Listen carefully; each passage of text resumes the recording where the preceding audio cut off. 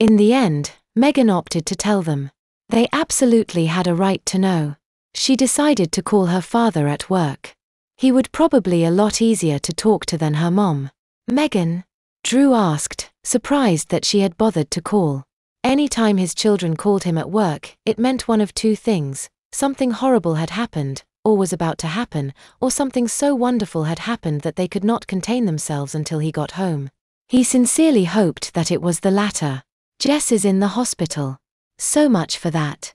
Drew swallowed hard. He pressed for information. She had little to offer. Okay, he said, keeping his composure. Okay.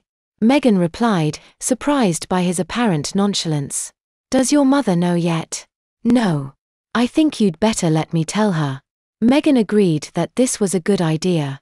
She would round up her siblings and visit her sister. Their parents would meet them at the hospital. Do you think it's serious? Carrie asked. I don't know. Ricard sounded very shaken up. I hate that butt face, Stephen snidely commented. Whatever it is, I'm sure it's not his fault. Don't be too sure, Carrie suggested. While her siblings slammed their future brother-in-law, Megan's thoughts ran much bleaker. After all, Jessica was pregnant. What about the baby? When Megan was in 10th grade, she spent a little time volunteering at a hospital. Though her duties were strictly minimal, she nonetheless felt like she was doing some good in the world. She was scared at first. Everyone there was suffering. Some would continue to suffer. Some would go beyond suffering until they suffered no more. Nonetheless, Megan saw a certain magic in it. Just before they were discharged, patients seemed so happy, so alive. Carpe Diem was at its apex above the hospital door. The hospital that housed Megan's sister, like the one that Megan volunteered at, was busy but not in a television-friendly sort of way. Anthony Edwards and George Clooney were nowhere to be found. No one was yelling "stat", and there were no gunshot victims limping in off the street and claiming it was an accident. Megan took a deep breath and approached the reception desk. Hi. Jessica Alder. Are you family? The receptionist asked her. Meg nodded. She's in ICU, she said, handing her a pass. No children, please. But she's my sister. Carrie protested. Wait here for Mom and Dad, Megan told her siblings. But, trust me, Megan said. Her own troubles seemed a world apart. She was strong now. She had to be. It wasn't as bad as she thought. Jessica was hooked up to N4 and looked impossibly tired, but was still in one piece. From the way Ricard was carrying on, however, she might as well have been dead already. Why don't you take a breather, she said to her fiancé. Meg's here now. Tear-stricken, Ricard ducked out of the room and slinked woefully down the hall.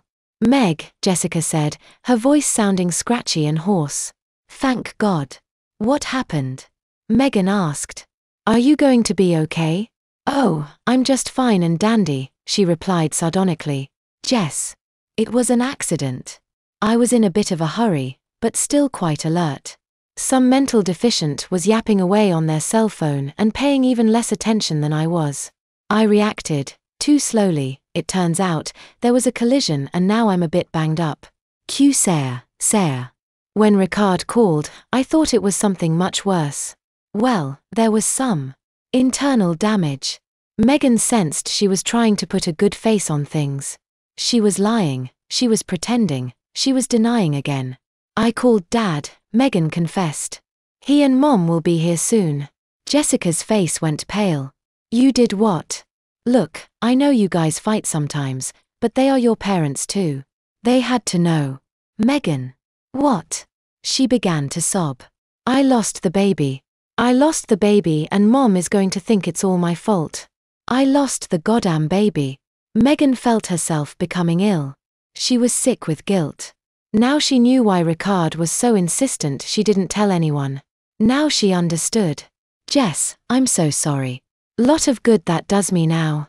I'm going to, Megan began and then trailed off. Numb with pain, she staggered out of the room and made her way down towards the lobby. As she was going, she encountered her parents coming in the opposite direction. Well, a harried Nancy asked her. Is it anything serious? Megan didn't have the strength to answer her. Let her discover for herself. She made her way past her parents and continued her descent.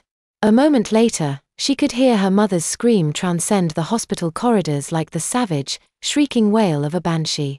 Carrie and Stephen too were eager for information. "Is she going to okay?" Carrie asked. "Does she have a cast?" Stephen pestered. "Or stitches? Is she gonna need a transplant?" "What about?" Megan shook her head and sat in silence. "Megan?" Carrie asked. "Please tell me." "I can't," she replied weakly. "Sure you can." She knew that their parents probably wouldn't want them knowing right away. She also knew that they would not take it well. She decided to tell them anyway. But, she can't," Carrie protested, beginning to cry. "No way," said Stephen. "That sucks. That really sucks." "It happened," Megan said quietly. "And now everyone is just going to have to deal with it. I'm going to make sure Mom and Dad haven't killed her yet. If you see Ricard around, be nice to him, okay?" Carrie nodded. Under the circumstances, she was perfectly willing to call a truce. When Megan returned to Jessica's room, she found that a stalemate had been achieved. No one was saying anything and everyone's face was full of accusations and anger. It was a grim deadlock. "Guys, come on," Megan urged. "Say something, please." "It wasn't my fault," Jessica snapped. "If you think for an instant that I'd be that, that's stupid. No one is blaming anyone." Drew tried to intervene. "No one thought it was your fault," said Nancy. "But since you keep accusing your own family of thinking that way, maybe you are that stupid." "Your own family, Jessica? Oh, some family you've all been. First, you don't want me and then you can't stand that I've gone on with my own life and it's so goddamn different from yours. Ooh. This was a mistake. Please just leave." "No one is going anywhere," Drew asserted. "Dad," Megan spoke up. "Yes, Meg. I don't know, maybe we should give her some time."